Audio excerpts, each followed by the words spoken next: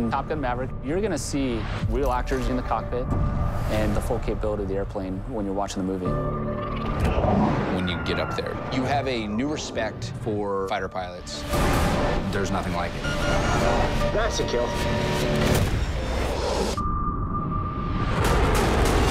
When I first found out that we had to be in jets, I was excited. Game time, baby!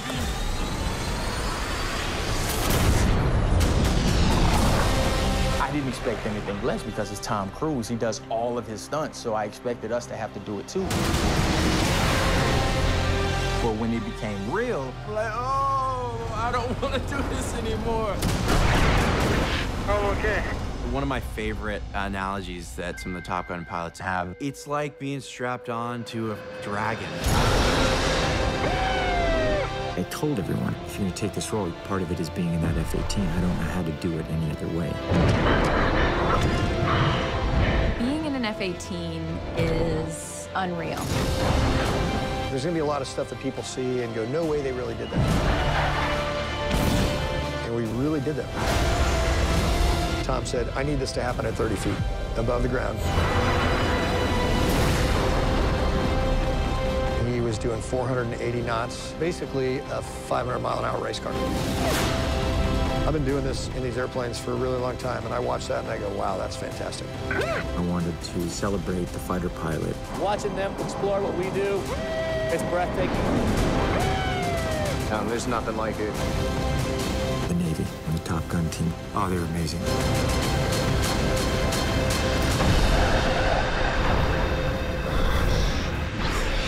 Done.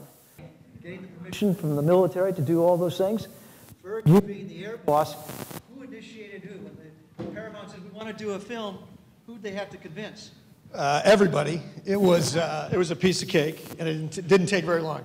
Paramount came to the Navy multiple times. Investors, David Ellison at work. I mean, a million moving parts, quite literally. But you guys keep saying the real driving force was Tom Gunn, not just as the star of the show, but the prime mover of the project. Is that correct? Absolutely, yeah. He was massively involved, producer. He was the, what would you call it, the driving force, for lack of a better term, but he was the creative and the instinct. He tried to fly the airplanes, of course, right? Yeah, he asked the Navy if he could fly the $61 million aircraft. And you would too if you were Tom Cruise. They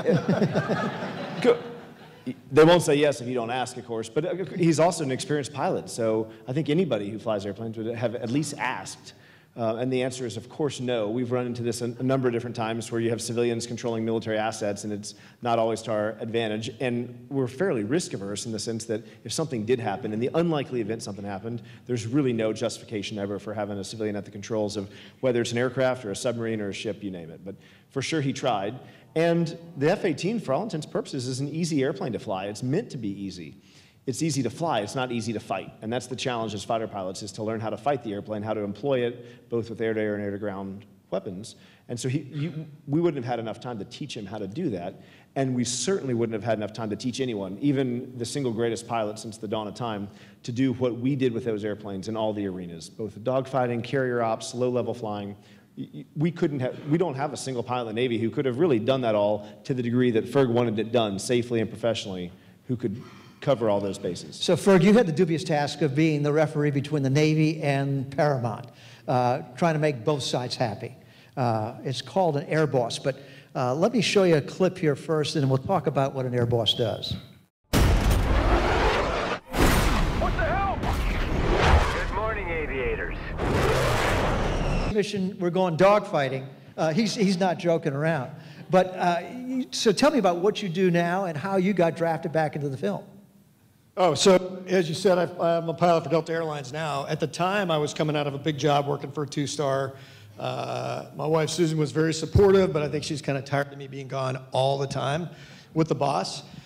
And this opportunity came up, and the three-star said, hey, I'd like you to just give them a couple months, get them on their feet, make sure nothing bad's going to happen. And I didn't really want to do it, and they kind of talked me into it, which turned out to be a great thing. It was a wonderful experience. That said, it was much longer than 4 months.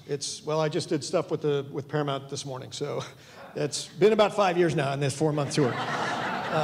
They were a little elusive about that part. And I stopped getting paid 4 years ago for that stuff. However, like, you know, this scene here, for example, was fascinating. I spent a year with the guy who made a movie that, I'm going to speak for you, got us into naval aviation. I mean, we were in high school or college or whatever, 1986, and we watched this movie and went, that's it, that's what I'm doing. Which was surreal the first time I met Tom and Lamore. And I'm wearing that, and he's wearing the Maverick, you know, essentially the same uniform, the Top Gun patch, the captain, the 06 rank. And I said, I'm standing here dressed the same as you. Well, mine's real, by the way. Because you made a movie. I might not have said that, but the inner monologue was going. I said, because you made a movie 36 years ago that inspired an entire generation of my peers and colleagues that came and decided that we want to do this, and we did. And the funny thing is, I said that at various times in a year. I said it to him, Jared Bruckheimer, Tom Skerritt, who was Viper, a number of people that I said, I'm here, and everybody else who's not a liar that does this for a living is here for the same reason, because of that movie. And every one of them goes, is that true? Mm-hmm. It's as if they had disbelief that what they did 30 years ago would have such an impact and a reach on so many people and generations. Okay, now the people who saw that first film, their only reference to an air boss is that poor sap who gets the coffee spilt all over him when hot shots like Walleye make low passes at the tower, which he's been known to do a couple of times. But what is the real function of an air boss on a carrier? In between, and I just made sure that we didn't wreck any airplanes or make the Navy look bad. Well, as the air boss for the film, you quickly identified a need you had. You needed someone who could fly very, very well, very, very low, and knew something about the entertainment business. That is true. Case in point.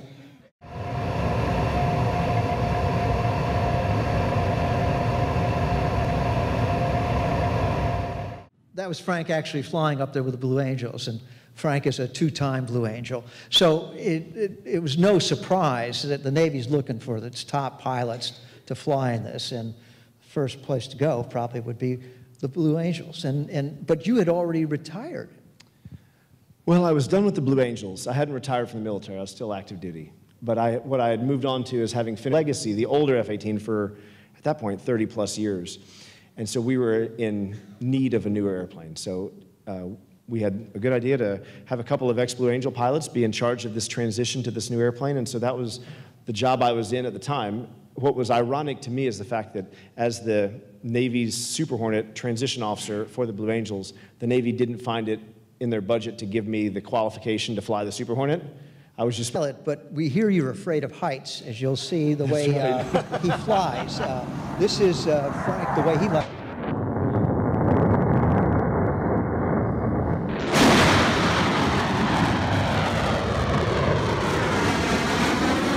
Ferg, is that what you needed for this film? That's exactly what I needed for the film. And so let me back up, though. When you say we went right to the Blue Angels, we absolutely didn't go right to the Blue Angels. In fact, the chief of staff who was trying to talk me into doing this, said I just want to go back to family life and the airlines, and we'd heavy lifted for a while.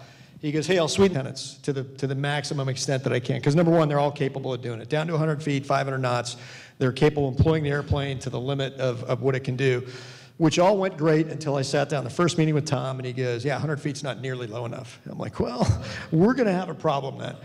So I pitched that to the 3-star, and he said, get out of my office. We're not going below 100 feet. That's ridiculous.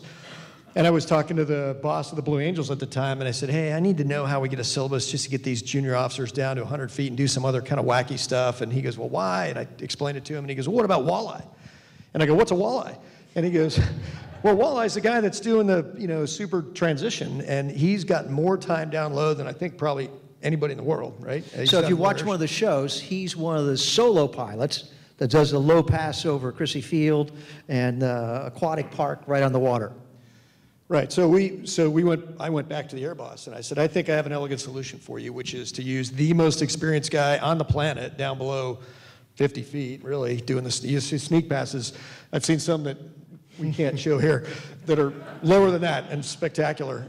And the air boss bought off on it. So that's where we got to Walleye, who was in 05 at the time, was not my demographic. My demographic was junior officers, because we wanted morale and a retention thing. We also wanted to strategically message wink, wink, to, let's say, everyone who will watch the movie everywhere, that the average fleet lieutenant can do all these things.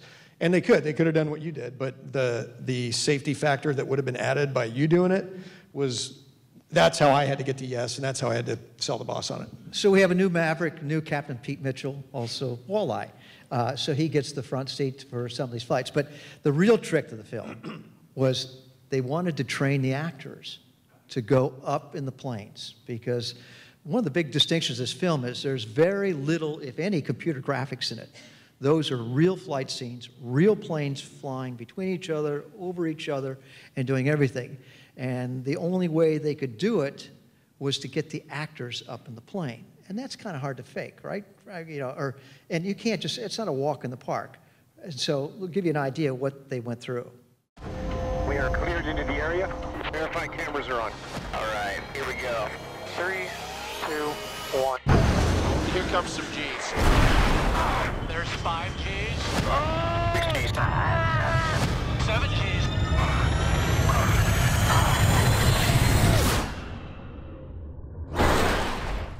All right. That was awesome. I wasn't ready to make a sequel until we had a special story worthy of a sequel, and until technology evolved so we could delve deeper into the experience of a fighter pilot. The first movie became something that changed a generation. So this is exciting to come back and get in those jets again.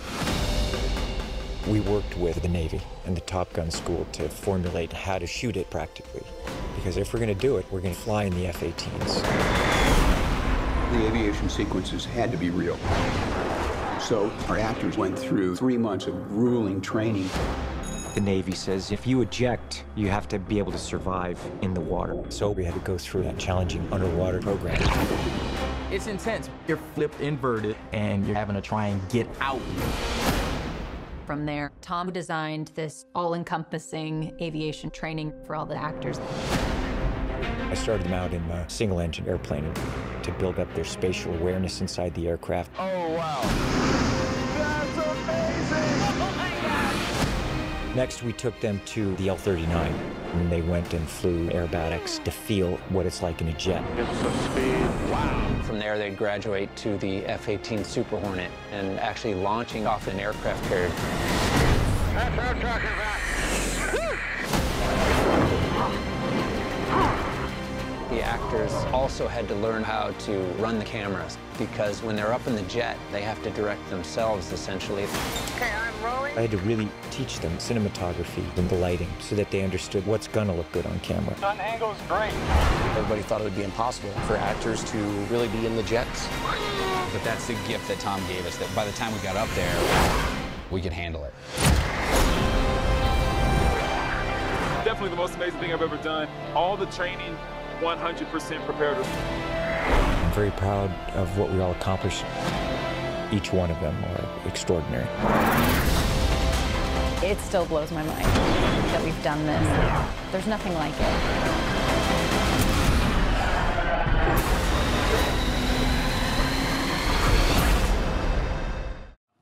The real deal.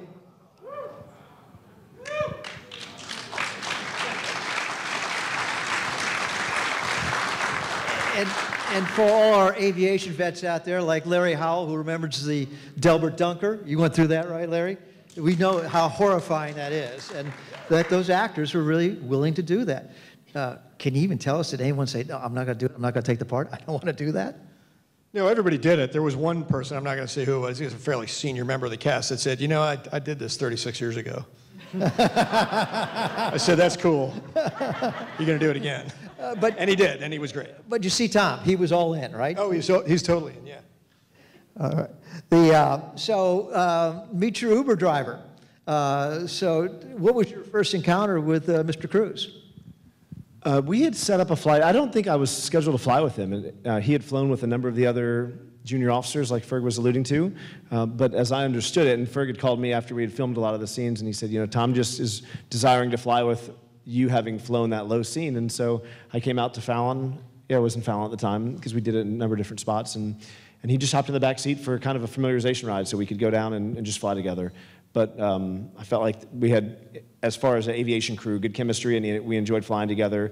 And then that sort of spiraled into a variety of other scenes that we filmed throughout that week and the following week. Could you identify his flying chops right off the bat? His flying shots? Chops. I mean, oh, chops. Yeah, definitely. I mean, only because, well, so the things you notice with other pilots is situational awareness, is what your air sense is. And that's to the point of putting them through all that training that you just showed the video on, is the idea that sometimes when you get, for anyone who's ever been skydiving or been in a small airplane that they're controlling, you have this, I'd call it sensory overload, for maybe lack of a better term, or you can be overwhelmed by events. And the idea is that your brain can't comprehend the speeds you're going at or the altitudes you're at. It's not computing right, so people can just go brain dead sometimes. And it happens to new pilots when they're learning to fly. They're so overwhelmed with just making the airplane go left and right, they lose the ability to talk, as dumb as that sounds. And they'll know what they're supposed to say, that they're a beam gear, what they intend to land, and they can't form the words because they're just overwhelmed. And that happens to new pilots, but it certainly can happen to an actor. And there's no way they could, as they said, control the cameras or get their lines out if they're just overwhelmed. So it was a pretty ingenious plan on their end to start them in something small and work up with this air sense and this awareness. In Tom's case, he's been flying for so long, and I believe from the conversations he and I had, it was to some degree, if not totally, that first movie that sort of catapulted him into his love for aviation. But by the time we were flying together, he had flown a number of different airplanes. And we were sharing stories about the airplane that we own where we live. He had the same one when he was in Europe filming movies in the 80s and 90s, and he flew it all over Europe. It was his kind of personal taxi cab around there. And then he had moved up to different airplanes, and by the time we were filming this, he owned a Gulfstream and a Honda Jet and had a P-51, and he's just a very capable pilot. And it makes it really easy if you're flying with him because they're good. He was good in the jet. He had good awareness. Certainly when we're doing all the administrative portions of taking off, landing, coming to and from, if you're flying with a pilot, they know when to be quiet. Mm-hmm. And they understand that, hey, he's working up front, we'll talk when it's time. And so that made it really nice. Well, it also made it easier for me that he knew enough. He didn't know the F-18. He didn't know the Navy pilot, the junior Navy pilots. But he respected that I knew. So when he would want to do some insane, crazy thing, I go, we're not going to do that. And that was it. Generally, he would, well, why? And because he's a why guy. He wants to know exactly why we can't do something or how we're going to do it. But the fact that he had the experience, because if it had just been, pick any actor of his horsepower, because he's a guy that gets to yes just because of who he is. He commands a certain amount of authority in his industry. If you pick somebody that didn't have, I think, his experience, and he's probably scared himself a few times at P-51, some things like that. If you just took somebody who had never been around airplanes, that had his level of authority in the business, and came to me and said, hey, we're going to do this. And I go, no, we're not. Which is actually how I started. And I got Jerry Bruckheimer pull me aside, and he goes, you're right, but delivery's a thing, and maybe you should. And it was fun. It was a funny, fatherly moment with the great Jerry Bruckheimer, the biggest producer in Hollywood. He puts his arm around me, delivery matters. And I'm like, you're absolutely right. So then we got along much better after that. So now how does the Air Boss respond to Jerry Bruckheimer, the ultra producer, and Tom Cruise when they say Lawrence of Arabia shot? That's the first thing he said on day one. He goes, I need to see the Lawrence of Arabia, the dot that turns into the camel, that turns into the guy. And I'm like, well, that wouldn't work because you'd have to be at 30 feet. And he goes, I don't think you'd have to be that high. And I went, okay. So there's a problem here. And we went back and forth on this for several months, and it was a thing. Okay, so you told the Admiral, I got an idea here. We'll get Walleye, and he already knows how to fly real low and fast, but just to make sure, what'd they have you do, Walleye, to make sure? It sounds like a little simulator limbo you had to go through. We did, yeah. Actually, one of the things I'm most proud about this film is how much effort went into every single scene and everything you see on camera, that it wasn't just thrown together at the last minute, that it was really briefed. And Ferg and I were preparing for that Lawrence of Arabia scene for 6 months or more before we flew it. I mean, we were talking in the late summer of 18, and I think we flew that in probably March or April. I mean, it was a long time. And so prior to that, the benefit of my job as the transition officer in the Super Hornet is I had access to the best engineers the Navy has and the best simulators the Navy has. And so I was able to go into a simulator in Pax River, Maryland, where our test base is, and he gave me the coordinate for where he thought would film it, and I flew over the exact same spot over and over again with the spring on that we'll talk about in a little bit, and with the exact lines and the right weather. We could set the density altitude. The airplane functioned exactly like it did in real life. So I could come to him and say, I know this is a high-risk photo event, but we could not have done any more to mitigate all of the risks that are out there. So you borrowed a chapter from the Blue Angels and the spring. You got a $60 million aircraft and you got duct tape on the stick. What's going on here? Yeah, we do. We do some, we kind of rig these things up in a goofy manner when we take all these old F-18s. We take a lot of duct tape and we wrap it around that stick. And we take out the trigger. We're not shooting anybody at air shows, so we remove the gun from our F-18s, and we replace where the gun goes normally. We put a smoke tank in because we're trying to, motivate and inspire, not destroy. And then once the trigger's gone, it actually can rub your hand raw. You're gripping the stick so tight in close formation, so we wrap it in duct tape to give it, you have a better control on that stick. That's among other things we do in that airplane. And I don't know is this the one with the spring or is that the next picture? No, it's on the right side. I think. Can you point it out? Is it, okay, is it the right side? Gotcha. So if you see just to the left of the stick, there is a spring. And what the spring does for us in the Blue Angels, it's actually just a tiny little handle, and it pulls out of the floorboard, basically. And it is as basic as a process gets, where it's on 4 springs, just like you'd have for a chest expander if you're working out with Arnold in 1970. But it's coming out of the floorboard, and it hooks on a little bitty grommet. And what it does is it just pulls the stick forward with 40 pounds of pressure. And the reason we do it is because it gives us an incredible amount of control in the airplane when we're flying close to one another. With the idea being that the F-18 is a magnificent airplane, but it still struggles with a bit of a null zone or a dead zone, just like your car. If you're in a Lamborghini, you have control throughout the whole range of motion. If you're in a pickup truck, you could move the wheel, and it doesn't necessarily move every time you give it an input. The Hornet, the stick, you might make a tiny little movement, and the airplane doesn't move. But once you put the spring on, you don't even have to move it. You just think about it, and it moves with you. The challenge, though, is that it's really heavy, and so now you're in what amounts to about a 40-pound curl for the entire flight. And if you're sitting wrong, if you're sitting in the airplane like you'd sit in a car, and your arm is out like this, it's just too hard on your skeleton, your structure, your muscles. So we would bring the rudder pedals all the way forward, and normally you'd put the rudder pedals that they can move forward and backward. You want them just set so that you have full range of motion with your legs, but we would bring them all the way forward so you're flying like this with your knees in your chest, because you'd rest your right arm and you have a good lever, and then you're not having to use your entire back or your bicep, you're just able to move your wrist. And it becomes more of a forearm workout. And so you fly in this goofy position, but it gives you incredible control, so much so that most of us, we insist on it. And so one of the first conversations we had about flying down low is, we have to have the spring. And that was actually one of the ways we got it, for the air boss of the Navy, the 3-star, to approve it all, was we're going to make this identical to what I had flown in the Sneak Pass over San Francisco, over Miramar for all those years. If we just take out all the variables, make it the same, it's as safe as it gets. So we put that spring in there for the first time ever in a Super Hornet. At that altitude, at that speed, a centimeter movement on the stick, what happens? It's crazy. When you're down low, and actually the scene you have up now, the low transition, this is one that number 6 does in the air show, and you stay right over the runway at taxi height. And so you're picturing you're doing 300 to 400 miles an hour, and you have this 40-pound pull to stay level. And you could relax the stick half an ounce, and within a second, less than a second, a quarter of a second, you're in the ground. So it's a lot of physical focus, but it's also a lot of mental focus too. And so you have to, we do it a lot at higher altitudes, you slowly work your way down, but it gives you total control, but it takes a lot. You're not thinking about anything else at that moment. And this is not a one-shot deal. This is a movie. Take 2, take 3. So you had to do this on 19. Take 19. And 20 on the day 20. that he destroyed the building with me in front of it. So here's what it looked like. Viper 1 ready. Maverick to range control, stand by. All right, 3, 2, 1.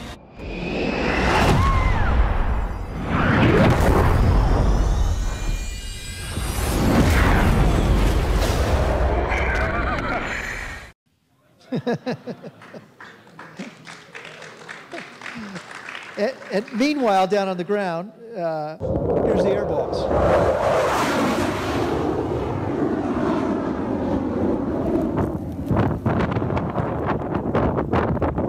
That's pretty awesome. That's pretty badass. Thanks, Walleye. Thanks, Walleye. So when I was flying, Frank, the call signs were kind of heroic, like Viking, Gunfighter. How'd you come up with Walleye? Walleye's the most famous Viking ever. You didn't know that?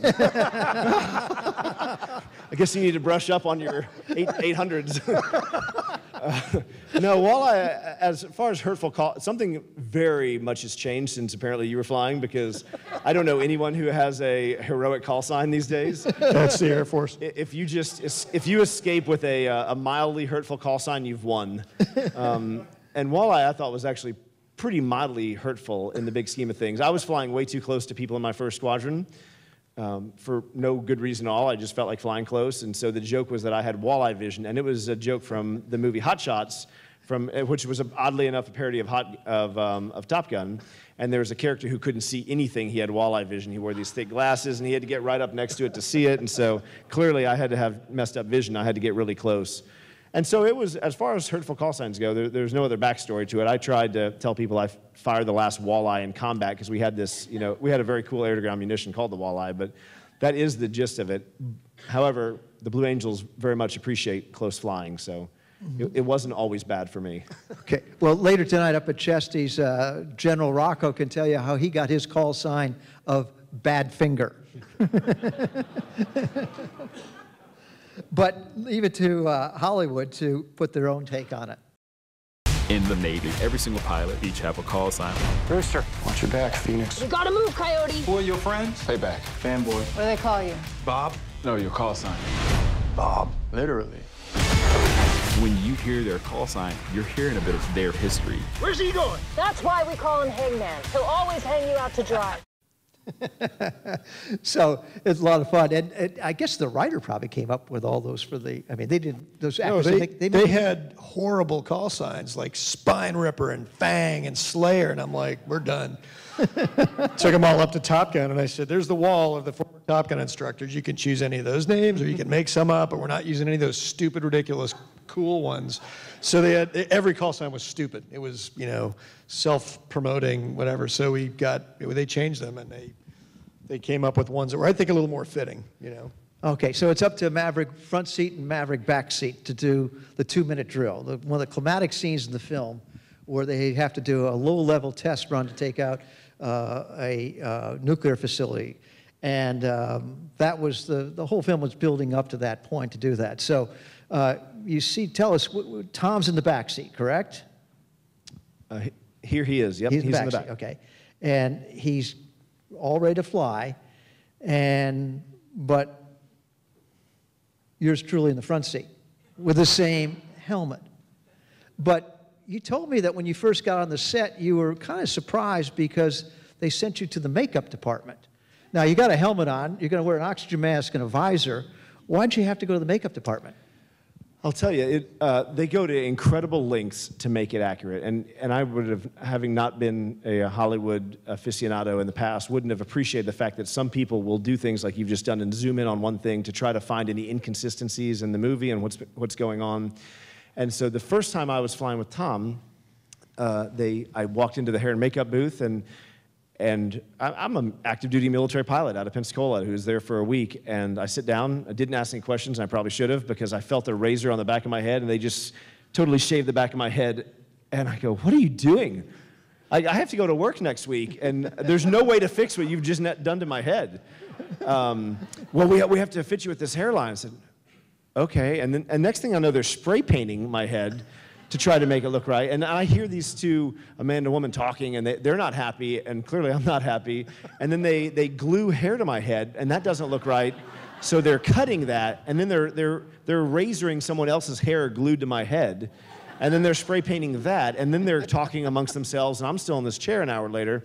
And then lo and behold, Tom's hairline shows up that they had flown up on this Honda jet, and it appeared, and it was perfect. And then they just glued that on, and it was done. And they couldn't make my neck less fat than his. That was one thing they couldn't help, but they did spray paint my neck to make it. Are you wearing that right now? Yeah. Let me see. Oh, that looks good. That's good on you, though. That's Tom Cruise. We'd recognize him from anywhere, right? I mean, the worst part about it was not just sitting in that booth for so long before every flight. It was the fact that if you were flying twice that day, you had to keep it on all day. And so you're walking around, your head has been shaved almost up to the crown of your head, and you have this really ridiculous dark black hair glued to, and everyone knows, I felt like I was, you know, the curtains open at school and you're naked and you're standing there and you don't know what to do, and you just feel like that all day long. It was horrible. I'm surprised you didn't get another call sign out of that. Yeah, no doubt. But here it was. It was very important because this is really one of the climatic scenes in the film. And I'm going to ask Frank and Ferg to talk us through it because it is breathtaking, it is terrifying, and it is totally real. So this is about 80 miles east of Fallon, Nevada, in an area called Toyama. And we were doing a low-level route that I had first flown with one of the other actors. They said, feel free to fly up high and get used to it. And then once we had flown up high, it was a real benefit to me before we went down low. And then Tom and I did this, I don't know, a dozen times or more. And he was comfortable with me just working it down. But by the time we got one of the runs we were both pleased with, we were really, really low. Is he talking to you at all at this point? No, he wasn't talking. He wanted me just to say left or right because he wanted it to look as reasonable, as legitimate as possible. So he wanted me to tell him which direction we were turning. But as you watch it, if Ferg or I were doing this low level together, especially for a low altitude ingress, we would stay wings level as long as we could. There would be no reason to be in these turns. You'd stay wings level, you wouldn't maneuver, and then you would turn at the last possible second. But we were in 6 or 7 G left and right turns constantly because it looks more dramatic for the camera. A little bit like the first movie, they're dogfighting doing aileron rolls, which is not relevant at all. You'd never do that, but it looks cool on film. And so that scene looks a lot cooler when we're in a constant turn or when we're maneuvering to the degree that we were. And so we're low over these mountains, but we weren't level. We were just in a 10-degree right turn, 10-degree left turn, constantly. And then pulling the G's on that scene when he's got to climb out of the valley.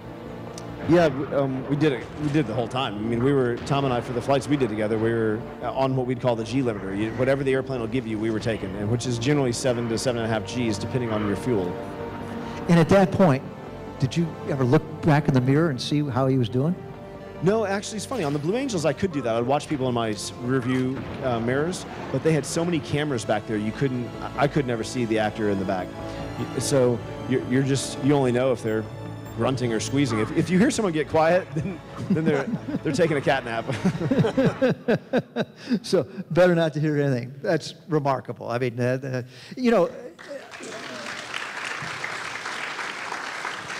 a ski racer or a race car driver, they would have plotted every turn in advance. How well did you know that terrain? Did you know, hey, I got a big left coming up here, now I got a right, 2 rights? I mean, or were you just going contour flying instinctively? No, it was really important to me that we did that right. And so when we decided that we were doing that, they got me all the coordinates, and so I'm a bit of a Google Earth nerd, and so I just went and sat in my room for the better part of 2 or 3 days, and it'll let you go down to ground level, and so I just would figure out the speed we were flying and memorize. I'll have 20 seconds.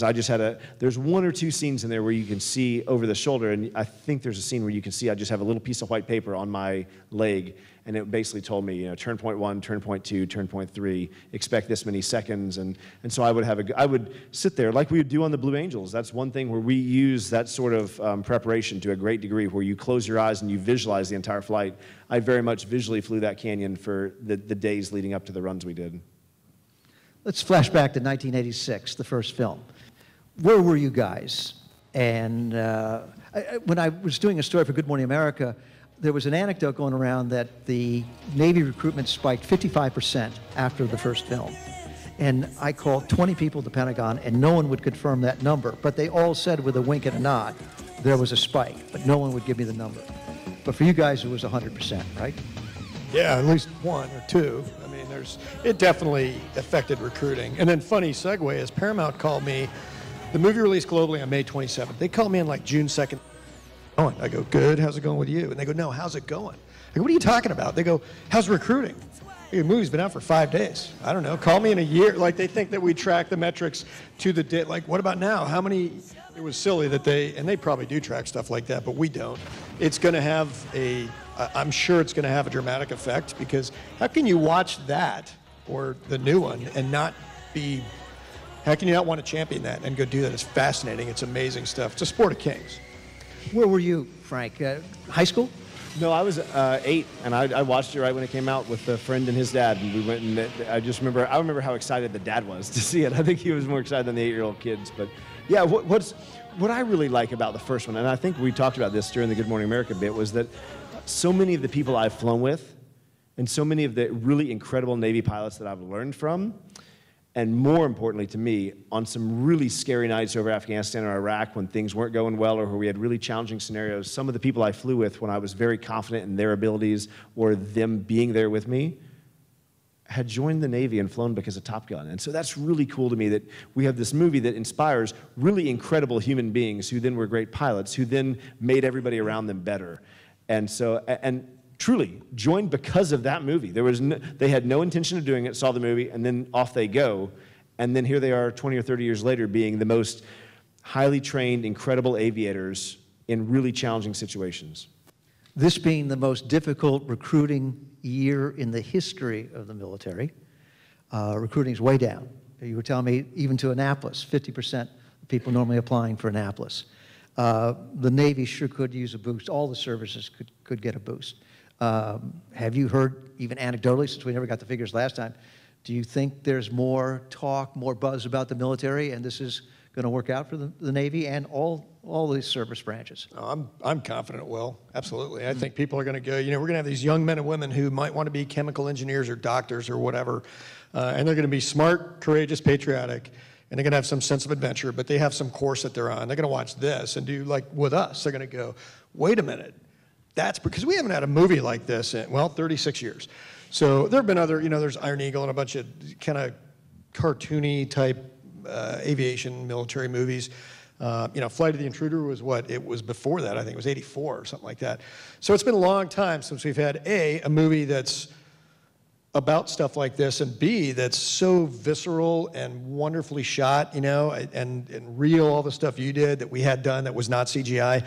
And then, frankly, there's an aspect of it that it was not an apologetic, politically correct, woke, et cetera, et cetera, et cetera, all the things that we're kind of getting bogged down with, where we're like, well, you can't, say this because we'll feel bad and somebody will be mad, and all these things that we walk on eggshells.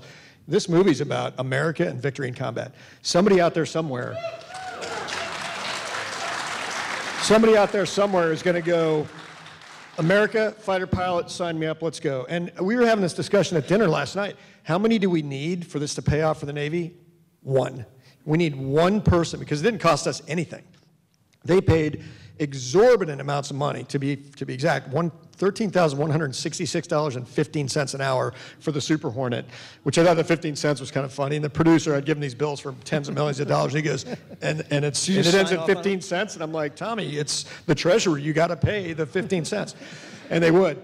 But they paid for everything because you can't have the taxpayers taking the burden because there was no guaranteed return on investment. However, if we get one young man or woman to sign up, we have actually had a 100% return on our investment, assuming they're not horrible, but I'm sure they're going to be great. But if we get one person to sign up, I think it's going to be, I think by next year, the recruiters are going to be turning people away. And funny segue, I've never seen it. I think I saw it once. Sue and I have been to all the premieres and rollouts and the private screenings. So we see it in a different venue like this, where they don't do ads and trailers and stuff. Tom does his little thing in the beginning, and they play the movie. But I'm told that in a regular theater, it starts with an Air Force commercial. And it's an Air Force F-35 thing, and I get all these phone calls. Hey, Ferg, are you mad that the Air Force is doing it? I'm like, no, everybody should have a backup plan. So they should go watch the Awesome Navy movie, and if you're in the Air Force and you're in here, this is going to hurt. But this is the ad, the best guerrilla marketing I've seen all year long. Oh, I actually didn't know he was going to do this. And because the one statistic that did come up from the first film was that 33% of the audience couldn't tell the difference between a Navy pilot and an Air Force pilot. Yeah. And some Air Force guy remembered that. And so when it came up to bid for the advertising spot before the film, the Air Force jumped. Brilliant. And it's an awesome commercial. It's really cool. Yeah. But it's going to take some people that go do that, and then, frankly, golf courses, and they don't live on ships, and they got a pretty good deal going. So, not a bad plan overall. But I think it's going to be great for all services, and I don't even mean aviators. We're going to recruit Master Chiefs. We're going to recruit submarine drivers. We're going to recruit Army tank drivers, like you name it. Back to the America Victory in Combat. People are going to watch this and go, that's whatever that thing is, that organization, that whole family, that's awesome. I want to be a part of that. Yeah, that looks pretty good, but the real life is multiple deployments, Afghanistan, Iraq. It used to be, what, 4 to 6 month deployments. Now it's 8 to 12 month deployments. Frank, the average guy in the fleet now, how many deployments in his career is he likely to see if he's doing a 3-year hitch? Oh, gosh, if you're saying staying in through 20 or 30 years? Yeah. I mean, on average, they're going to do 2. 8 or 9. Yeah. 8 or 9 deployments. I mean, you're going to spend a lot of your life at sea. Okay. But it has gotten better. I mean, all of us look back at whoever's behind us and say, God, they have it so easy nowadays. They have high-speed Wi-Fi on the aircraft carrier on some of them. Yeah. That's a vacation. That's not a deployment. That's garbage. Well, it's not a vacation for the air boss, your wife Bethany, right. back there having to be flight controller of those kids. I mean, she's got to take over for 6, 8 months while you're gone. So it's a real burden on the fleet. It is a burden. And, you know, one of the challenges on the aircraft carrier is just lack of communication, right? And so you have, even as you get more and more senior, you have somewhat better communication, but ultimately it's email. And you could write an email, but we'd have, even as a 04 on the aircraft carrier, you'd have an hour of internet a day. So you'd send your emails, but they wouldn't go until your hour kicked in, and then you'd download everything. And so it was somewhat limited in that regard. But if anything happened on the carrier, if there's a mishap, you name it, they can, one push of a button, and it goes River City, and the whole carrier shuts down. And you could be in the middle of a conversation, and they won't hear from you for days or weeks. Yeah, so Ferg, you came up with a nice workaround for your son's birthday there. A good way to communicate. Kind of parenting by remote. Yeah. Yeah.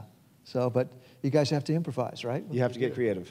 Yep. But, you know, back to the point about the spouse thing. How many military spouses out here? I'm assuming the majority of the audience, right, of the, okay, 2, anyway, 3, 4. So that's the hard part is, you know, people join and they're young and not thinking about that, but as you go through the multiple deployments, and it's not the deployment, the 8 months at sea, it's actually, I think, the stuff leading up to it, the workups, the going to Fallon, the going to sea, the coming, the going, the packing up, that's almost harder because it's this sense of like, oh, you're leaving again, you're back, versus, hey, I'll be home in 9 months. To the military spouses and the kids, the dependents, they got an infinitely harder job. When we go on, we drop bombs, and it's like you're working all the time, and you come back. And they like, and now like Sue watched it on TV, the first, you know, combat deployment. She's watching Fox News, and I remember she said something to me. It's Mert Fox is giving an interview in the hangar bay, and we got a strike going. We hit this big target up north, and they're coming back now, and the other guys are getting ready to go back to the same place. And I walked back behind the camera in the frame, and she was like, oh, I just saw this thing about you going, you know, off to, you know, on the next strike, and why am I watching this live? And I'm thinking, why did he just say that we're going back to the place that they just came from? Because, you know, they've got TV too. So if they're watching Fox, you just told them we're coming. Well, let's get back to the Hollywood and the glitter. So there was some good stuff here that was kind of fun. After 2.5 years of waiting, you guys can't say anything to anybody about what was going on. There comes the premieres, the world premieres all around. And I know you signed non-disclosure agreements and whatever. Was it hard kind of keeping the secret that you couldn't say, you know, well... Yeah, piece of cake. Piece of cake, yeah. I mean, what would you tell people? Say, well, is it any good? I feel the need for speed. What were the lines or what? I just said I think you're going to be pleasantly surprised, and that's all I can say, is what I would tell people. And Susan got a little benefit there. Get on the red carpet there in Hollywood. How many premieres did you go to? I think 9 or something. Well, premieres and private screenings, like total non-public things, 9 or 10, something like that. Quite a few. We know when to go get popcorn, I'll say that much. I happened to meet Frank when we were doing the story for Good Morning America on Memorial Day weekend. And I know you did the Grumman's Theater and on the Midway and all this stuff. But I got to tell you, I think the Weiser family had the best premiere of Top Gun anywhere in the world. And this is in Clayton, Georgia, at the local drive-in. Top Gun 2, Maverick. They didn't have enough letters to get Maverick. It just Top Gun. We're not a rich town. Okay. And not exactly IMAX.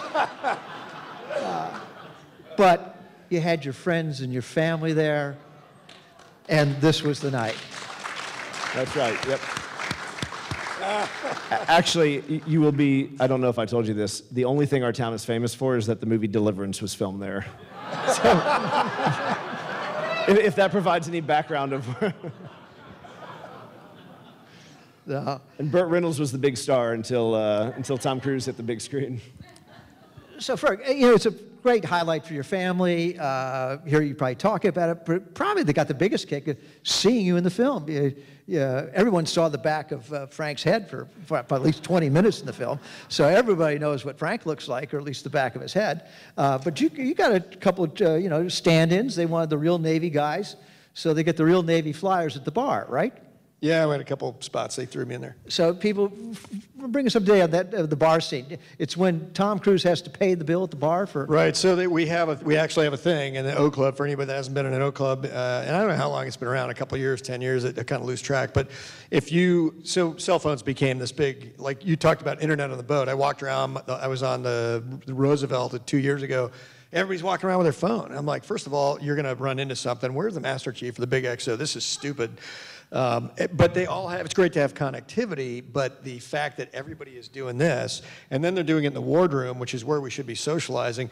So the cell phones became a big thing in the officers club, where everybody's in the club and they're doing this. So we tried the whole, if your wife calls or somebody calls, you buy a round, and people were smart enough to put it on, vibrate or airplane mode or whatever.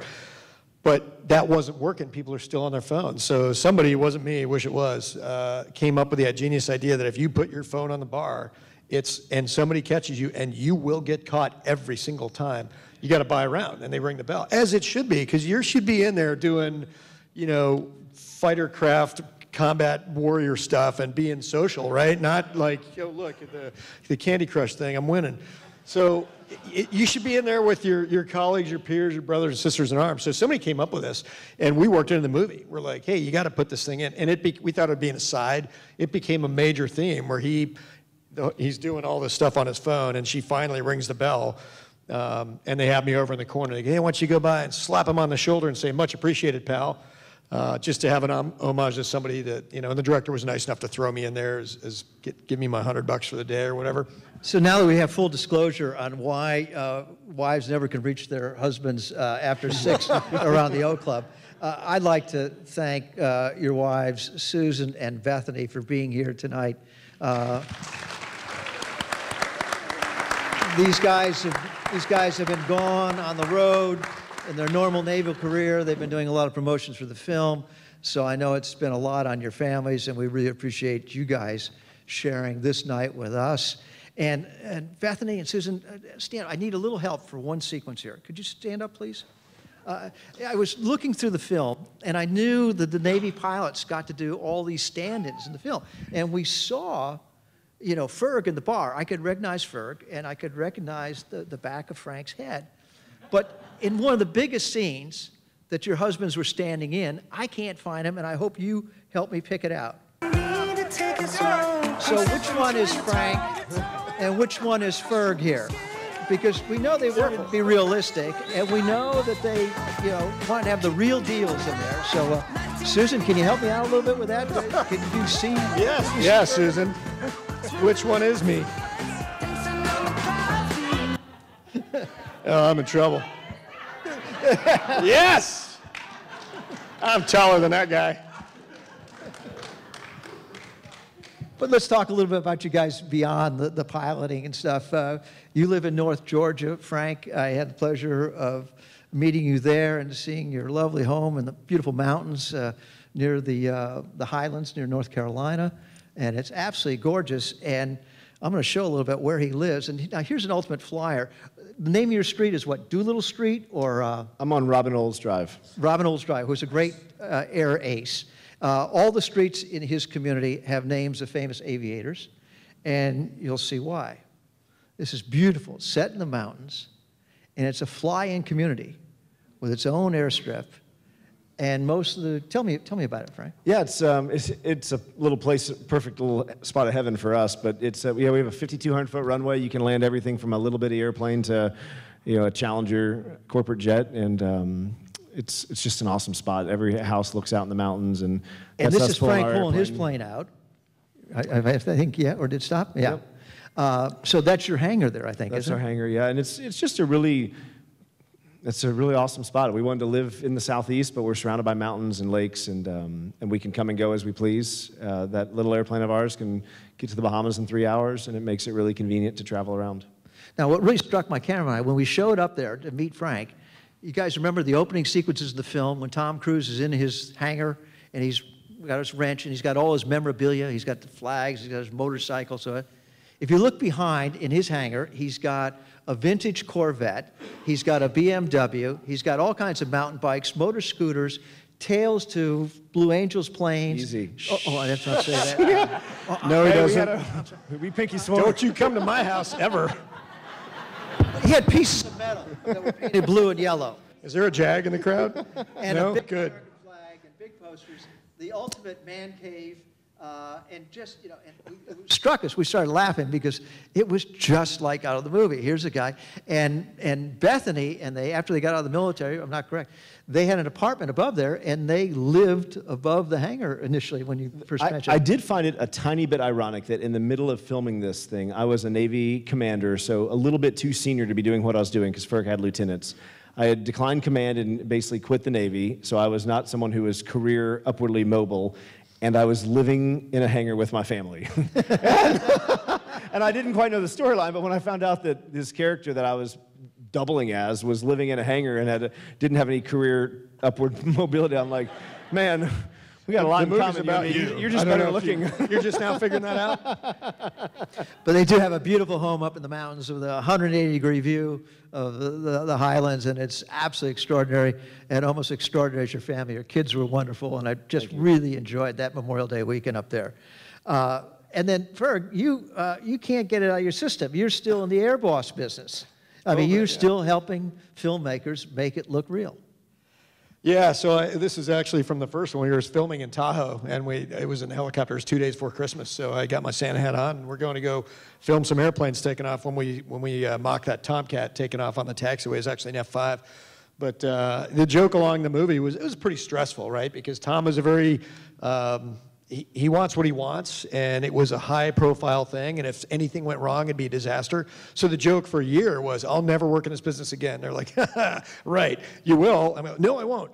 So then the same guys that did Top Gun worked on Devotion, and they called me, which is a movie coming out about a great Korean War story that probably everybody's familiar with, but if you haven't, read the book before November.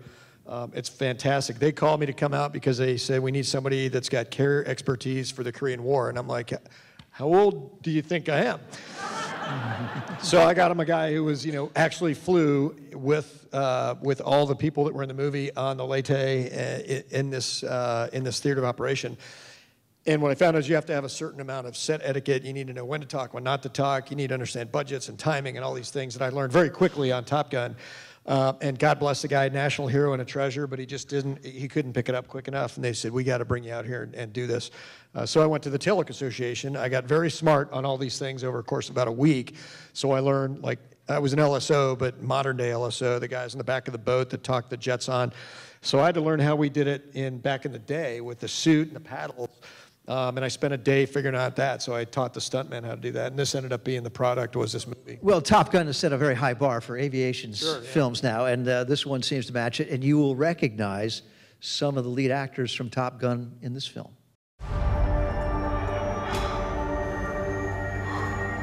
You shouldn't even be flying.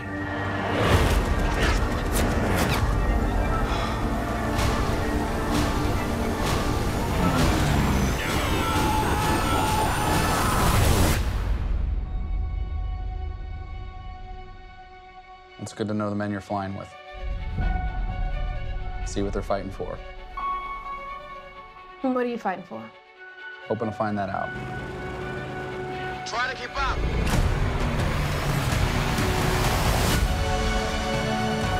This is war. And we're up. I can't tell you how many times people have told me to give up, quit, die even. That's why you can't always do what you're told. If I did,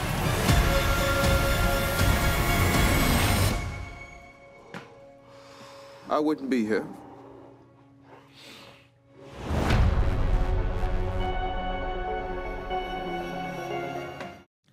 And stay tuned with Marines Memorial. We're talking with Sony, and we may have a few tickets to that film about the second week of November. So stay tuned.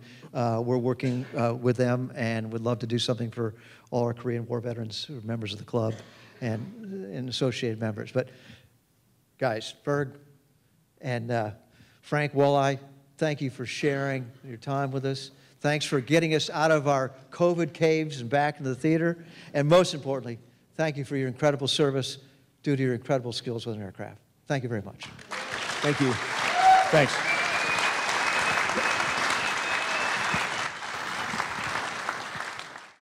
We hope you enjoyed this presentation from Marines Memorial Association and Foundation.